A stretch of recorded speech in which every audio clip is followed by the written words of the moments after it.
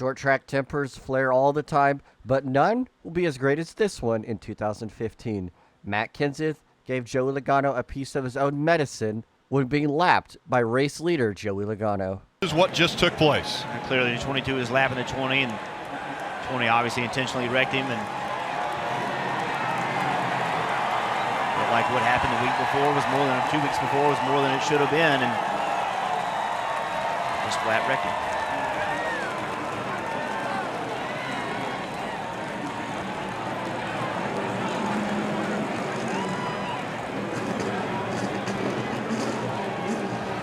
Matt Kenseth already not having the day that he wanted to have. Growing up in the mid-2000s watching NASCAR, no replay was shown as much as this one from Bristol. Jeff Gordon on a long losing streak, as well as Rusty Wallace, battled hard for the win at Bristol. That night, Gordon put the bumper to the back of the two cars, sending him up the racetrack with just a handful of laps to go, taking home the victory. Wallace was extremely disappointed and upset with Jeff Gordon post-race. What do you have to say about this? It's just racing, I guess, it's just I would have liked to won. It's been a long time since I won, but it's been a long time since Jeff won too, and I know he wanted it real bad too. You think that's obviously why it was such a fight. You guys are both hungry for this win. Yeah, we're real hungry for it. It's been a long time since I won. I guess my day's coming, but man, I've tried real hard, and they get nailed in the rear end in the last lap and turned sideways. I didn't expect it. But I got behind that 25 car, just couldn't get around them. The lap car slowed me down, and when I got to them, I knew I was going to have a problem. And I lost the air to the front. It allowed Jeff to get up on me in my rear end, and just enough to he just got to me where he could hit me. I was trying desperately to knock the shit out of him. I just couldn't catch him. All right. Rusty will be back again very soon, guys, on a track near you, Marty. In the previous year, Rusty Wallace was still upset with the driver at Bristol, but this time it was Ricky Rudd. They exchanged rear bumpers post-race, and Rudd ended up being spun out by Wallace after the race. Shockingly, Wallace was not fined or docked any points for this unsportsmanlike moment post-race. Last lap, change of position. Ricky Rudd gets by Rusty Wallace, and Rusty's obviously not happy at the tactics. And Dale Jarrett spins down in the corner. Tempers. Right to the very end. Some hot tempers after the race with you and Ricky Rudd. What happened at the end of the race? I just got racing order in turn 3. I got a little bump from behind and lost a position. That's about it. Just a Bristol racing. A little retaliation? No, I just couldn't get stopped. And Rusty Wallace, very kind with his words, very politically correct. Come on with a 5th place finish, and he is on his way to the Winston Cup truck for a talking to Dave Burns. After a couple of races where Ricky did not finish well at all, a good rebound tonight. Tell us about the, some are calling an incident on the last lap with Rusty. Well, I'm not really sure. Evidently, Rusty's brakes went out about 3 or 4 laps ago. I was able to catch him, got into him a little bit, and I guess when the race was over, his brakes really didn't work. Just a couple of years later, Joey Logano got walled off of turn number 4 by Denny Hamlin. When battling for the playoff position coming off of turn number 4, Hamlin nosed ahead by Joey Logano by just inches, sliding up into Logano, putting him in the wall. Ultimately, Joey Logano's tire would go down, costing him multiple spots and a ton of points, hurting him with a shot at a championship. Oh, into the walls, the 22 of Logano. The 11 put the 22 of Logano into the wall as they came off of 4. And there's some heavy smoke out of the 22, left rear tire rub.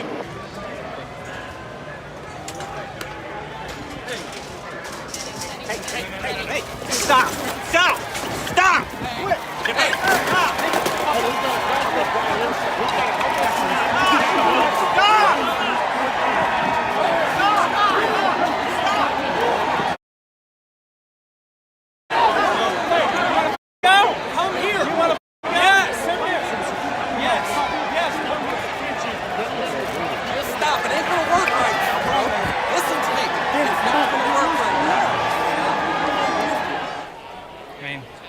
He would probably say, short track racing.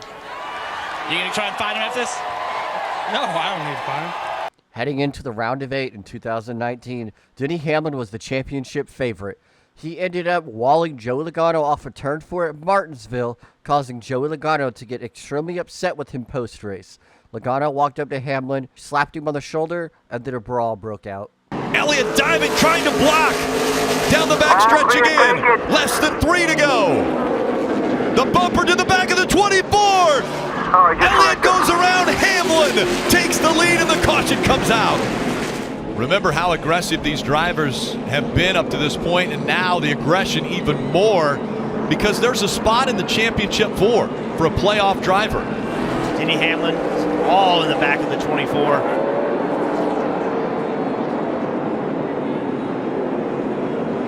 Up into the wall. Flag came out going down the backstretch. You see the 24 showing his displeasure and how he was raced by Denny Hamlin.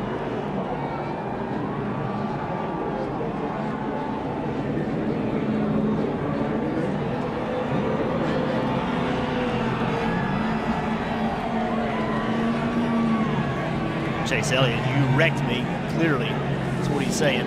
Keeping on the same topic of Denny Hamlin puts the bumper to the back of the 24, the famous Rick Allen call. Chase Elliott was pushed in the wall by Denny Hamlin, essentially knocking him out of the playoffs in 2017, and Elliott was extremely unhappy. Apron to the track, coming to the white flag. There's a leader change, and Labonte takes the lead.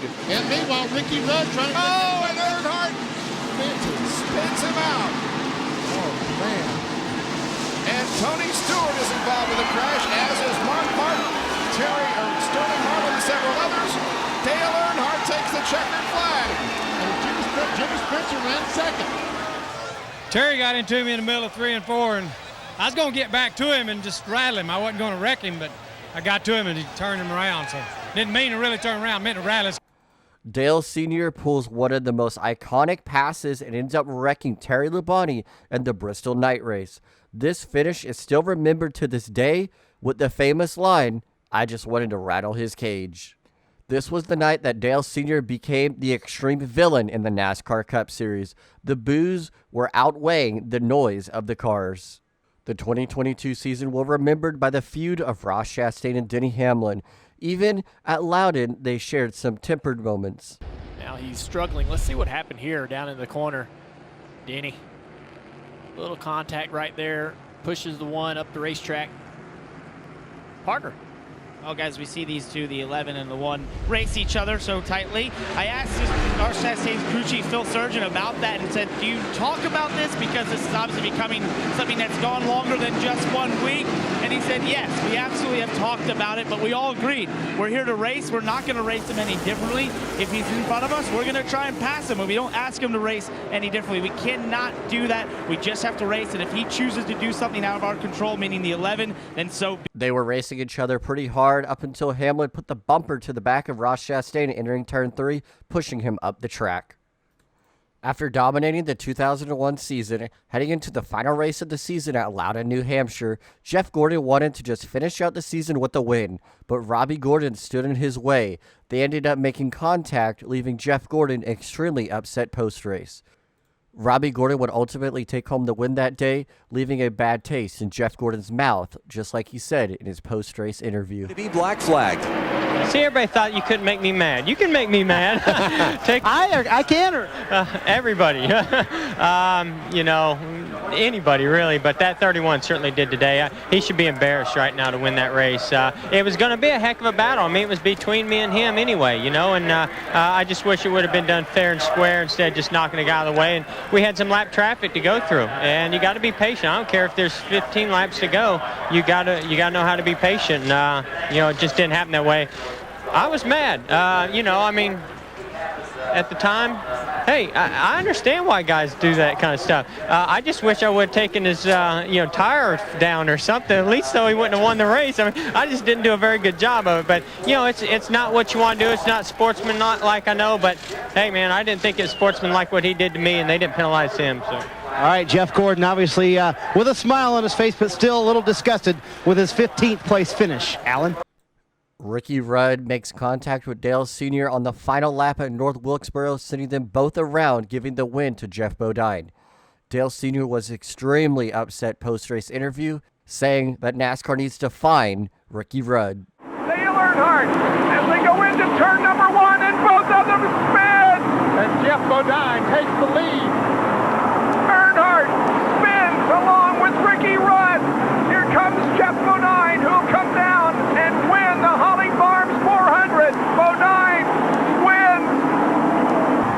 told all of them to be cool, you know. We just can't afford no trouble now. We give it our best shot. That's the way it goes. And they're looking up pit road now. The crews are going up pit road. Everybody's headed up pit road right now. Both the Childress crew is on its way up pit road, and also the Quaker State crew on the way up pit road. Dale and I got together. His handling went away after that last restart, and I got on the inside of him. And I felt like he came down on me. I don't know. All I know is we got together. You know, I hated that happened. We were going to have a good run for the victory there. You guys had a conversation after this was all over. What was said? I think we're discussing the weather. I believe that talking about it was a pretty warm day out there today. Ricky Rudd with a good run, but it didn't end in victory lane for him here this afternoon. Everybody's caught, and the weather is very nice indeed. And here's a replay now of the action that occurred when the two came into the pits. That's Chocolate Myers, who is having a discussion with some of the members of the Ricky Rudd team. There's Larry McReynolds holding back one of the other members, and here comes the NASCAR official to say, okay, guys, cool it. The race is over, and there's no sense crying over spilled milk. How will this affect your championship view from here on? You get 3 more to go. What do you think? They ought to find it something that make him sit out the rest of the year. Clint Boyer was intentionally crashed by Jeff Gordon, knocking him out of championship contention in 2012. Boyer had his one and only shot in 2012 to win a championship. If he finished good that race, this would have catapulted him to almost the championship lead, just a few points behind Brad Keselowski. With just a handful of laps to go, it all went up in smoke as Jeff Gordon walled Clint Boyer. He's turning Clint Boyer into the wall. That was a real act of a champion. The most cowardly non-championship shit I have ever seen in my life. What a coward. Conflict.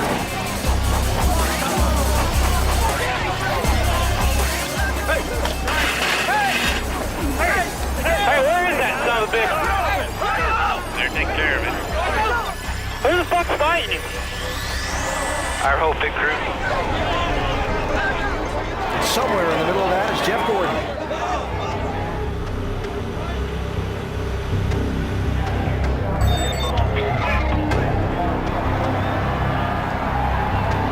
Get back! Get back, 15!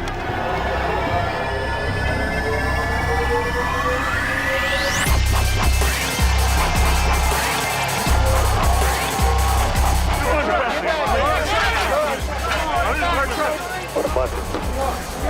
Go, bitch, come on. Come on, man. Get in. That is fucking chicken shit. Get in. Come on.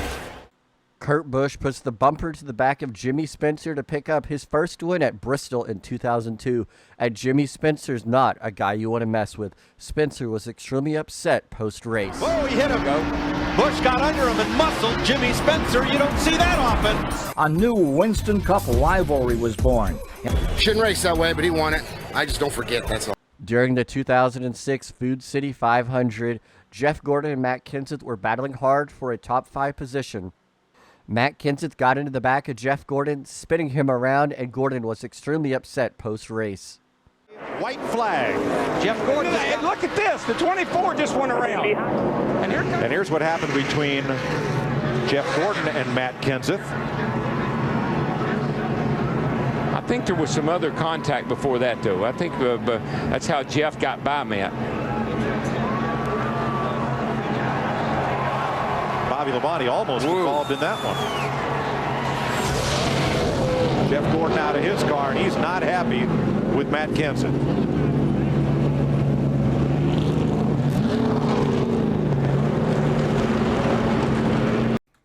On Easter of 2023, Ryan Preece and Kyle Larson exchanged bumpers and doors as they were extremely upset with one another. It started off when Kyle Larson tried to clear himself off of the turn, walling Ryan Preece. Later, Ryan Preece returned the favor while spinning Larson down the backstretch hard into turn number 3. And they crashed 4 times down the straightaway, Larson and Preece, and it's Larson in the wall. The 11th caution of the night, the 5 and the 41.